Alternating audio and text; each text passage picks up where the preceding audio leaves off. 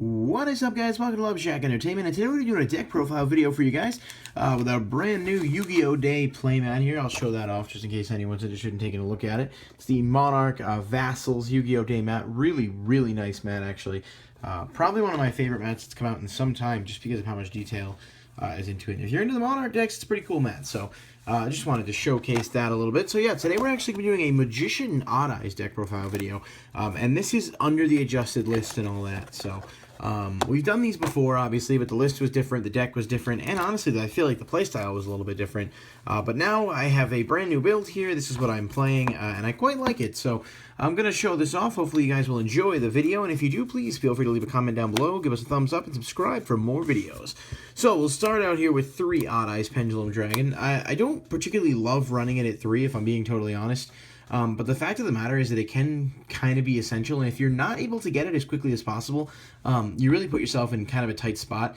And at least if you do happen to draw into multiple copies, you can use the effect to search. And I'll talk about that a little bit more. But obviously, I mean, Odd Eyes is pretty much the backbone of the deck, especially when you're playing the Odd Eyes variant. So it's just one of those ones that you kind of have to play at 3. 3 Wisdom Eye Magician. So yeah, I've come around on this one a lot since the last time we did this. Obviously, this card is just way too good at cycling through the deck. On top of that, it kind of recycles itself as far as being a extra deck card. So you can make rank 4s and stuff. So it's just too good not to play, and it is searchable by Odd Eyes. So that's something that's pretty cool just to note for those of you perhaps curious about its merits. Although I don't imagine there's many of you. Triple Oath Dragon Magician. So I used to play this at 2 and 3, and I've gone back and forth. But it's just, again, it's just kind of essential. The deck took a hit losing Skullcrobat Joker, certainly, even if you weren't playing like Pepe variants. So you kind of have to do whatever you can to increase consistency.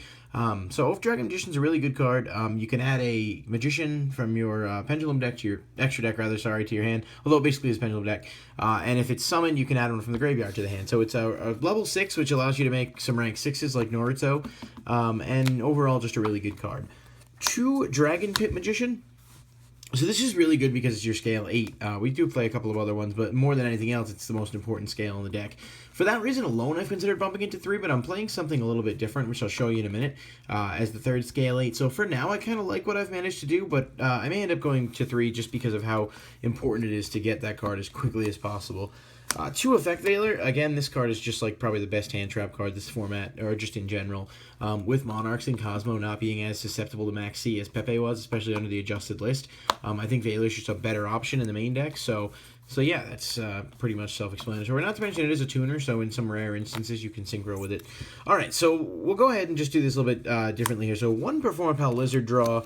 I'm just going to do this that way for the sake of simplicity. 1 Performapal Monkey Board and 1 Performapal Skullcrobat Joker. So this is pretty much the Performapal engine of the deck. So let me explain, because I know some of the choices may seem a little bit questionable. One of the plays that I really like being able to do with the deck is opening up Odd Eyes turn 1, and when you pop Odd Eyes to search, you grab Monkey Board. Then on your turn, when it comes around, you play Monkey Board, search Joker, summon Joker, and search Lizard Draw.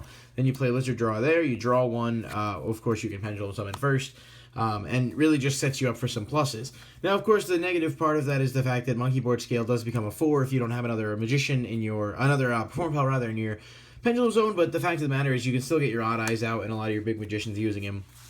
And of course, Joker in and of itself searches everything, so literally anything you want in the deck pretty much you can get with him. So that's the Performapal just element of that deck, which does add a lot of speed. Plus, Monkey Board is a 6, so you can use it for rank 6s too. 1 Janky Magician. I'm not even a huge fan of the card, but like it's a 7, it's a different name, and at least it's 2500 beater. Definitely isn't the worst card. 1 Dragon Pulse. It does dead draw sometimes, but I do like it at 1, just the ability to remove monsters. Also being a low scale, so you're able to do more things with it. 1 Noble Dragon Magician, still keeping this in here. It's a good card. It's able to make Meteor Burst and also Black Rose Dragon and some other ones. It's just a good card, and definitely the fact that it's a tuner and also reusable if you're using it with Odd Eyes makes it worth a look, in my opinion. And then let's see. So Time Gazer Magician, I talked about this a little bit earlier. I'm playing this at 1, and I know it's a questionable decision because the card itself is probably outclassed. But one of the things that really strikes me as interesting about it is the fact that you can bypass its activation requirement by utilizing Wisdom Eye. So you can get it out from deck easily, and it's a scale 8. Now, when it is in your Pendulum Zone, if you attack with a Pendulum monster, your opponent can activate traps through the end of the damage step. So it does do a little bit to decks like Mermail to get around Sphere and stuff like that on attacks. On top of that, though, more so rogue decks than anything else, you're really able to just lock your opponent down rather, from using traps to get over your monsters or forcing them to play around it. So it's kind of cool. So far, it's actually been surprisingly good. And the on-field effect isn't all that terrible either. At least if you pendulum summon it, it gives you a little bit of extra protection. So all in all, I like it a lot. It's just something I wanted to try out because I feel like losing some of the stuff that we did lose in the deck forced you to try to innovate a little bit. So yeah, that's what that is. One Magispectre Unicorn Kieran, it's just a way too good of a card, and honestly I've considered bumping it up. Right now I'm only playing it at 1 because I just have dead drawn into it sometimes. But the fact is, it's too good not to play, and especially with 1 Joker now, you're able to recycle it a little bit if you get some solid openings. So might bump this up. Just right now I actually only have the 1 anyway, so I'm only playing it at 1. If I do decide to bump it up, though, I'll probably pick up some more just for the sake of making use of it, because it's a really powerful card. And then for the last 2, the 1 Glow Up Bulb, I know it's kind of like a little bit random, but like it's just a good card. It lets you make all sorts of monsters, and on top of that, you can pitch it with Pendulum Call to get it engrave, and there's all sorts of different ways. So it's never really dead per se, and just giving the deck access to synchro summons is a powerful tool. Speaking of which, the 1 Tuning Magicians, the other thing I don't like about this card is, of course, the fact that it banishes itself when it leaves the field. But it's just a really good card because of the fact that you're able to use it to make stuff like Enlightenment Paladin and Beals, because it's a Dark Tuner. And the fact that you can special it from grave if you pitch it off Pendulum Call. So I like it a lot. Unfortunately, it's not the best card, but so far as the one of, it's pretty much come in clutch. You can even Trish with it, which I'm not playing Trish at the moment just because I wanted to put the extra deck space elsewhere. But you can make Trish with it by summoning it when you have Joker and Wisdom Eye or anything like that out. So overall, it's not a terrible card, but I agree it's definitely not the best card. Well, let's jump to spells. Triple Pendulum Call, because the card is pretty much the best card of the deck. It's pretty much all you need to say. It's a +1. It gives you search. It lets you do whatever. And you can obviously combo off of it. 2 Wavering Eyes. I did consider it at 3, but right now, just with the hits and the differences of the deck, I think 2 is fine. But the plays off of like Monkey Board and Lizard Draw and stuff like that you can do with this are actually really powerful. And so it's pretty cool because it's just a really strong card that allows you to search within the deck and also allow yourself the ability to summon more. Choose Sky Iris because you're playing Odd Eyes here, so this is obviously essential. The other thing about it is, though, the fact that just it does protect your card from targeting. But this is just a quick way to get Odd Eyes out and also fill up your zones. So I also play with it, 1 Terraforming and 1 Chicken Game. This just seems like the best kind of like 4 cards to play because this can kind of brick, and Chicken Game's always going to be good for a draw. So, you know, Terraforming, Sky Iris, but you could also get Chicken Game, get a draw, and then you could pop your, your scales and stuff with Sky Iris. So it's just all around pretty solid. 2 MST. I just don't like Twin Twister in this build as a main deck card because I just don't particularly have a ton of things I want to discard. And I just am safer with MST because I don't want to have to throw away the extra hand advantage. Most of the time, because I don't want my pendulums in grave, I'd rather have them in extra deck. So for now, MST seems to be the better option. 1 Odd Eyes Fusion. This is just a proxy at the moment. I'm actually waiting on it to come in the mail.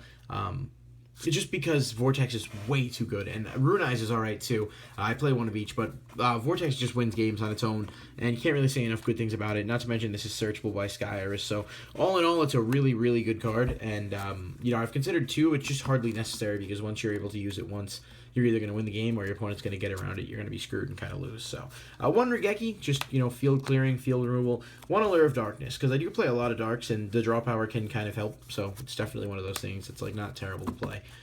And then only 4 traps. There'd be 1 Storming Mirror Force. This is just my like MVP card right now. I really do kind of play it at 1 and everything. I just think the card in itself is extremely powerful, and it just seems to be really, really useful all the time. So it can really disrupt fields. It can disrupt monarchs. It disrupts Cosmo, and even in mirror matches, which you're not going to see a ton.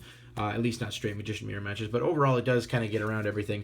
Bottomless because Pendulum Summons, and Solemn Warning because Pendulum Summons, and then 1 Vanity's Emptiness because I find that if you're able to make like a Vortex, and then you have Vanities out, and you can basically just kind of like control the game and force your opponent to play around it massively, while not really losing any advantage and locking down those special summons.